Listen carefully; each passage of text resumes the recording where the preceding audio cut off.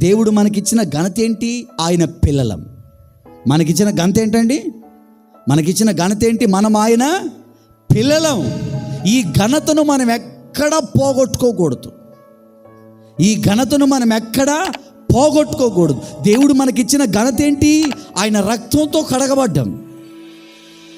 ఇది అందరికీ లేదు. దేవుడు మనకిచ్చిన ఘనత ఏంటి? ఆయన రక్తంతో కడగబడ్డాం.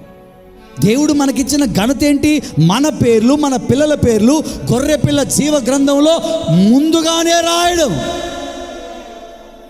జగత్పునాది వేయబడక మునుపే మన పేర్లు క్రీస్తులో ఎన్నిక చేయబడ్డాయి.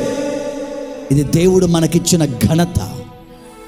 ఈ ఘనతను కూడా మనం ఏం చేయాలా? చెప్పండి, ఏం చేయాలా? రాసిన పేర్లు తుడిచిపెట్టకుండా దాన్ని ఏం చేయాలా? కాపాడుకోవాలి. దేవుడు మనకిచ్చిన ఘనతను కాపాడుకోవాలి. మన పేర్లు ఆయన గ్రంథంలో రాశాడు. మన కొరకు ఆయన రక్తాన్ని గార్చి మన కొరకే ఆ రక్తం బ్రతుకుంది. దేవుడు మనకిచ్చిన ఘనత, ఆయన పిల్లలంగా బ్రతికే ఘనతనిచ్చాడు.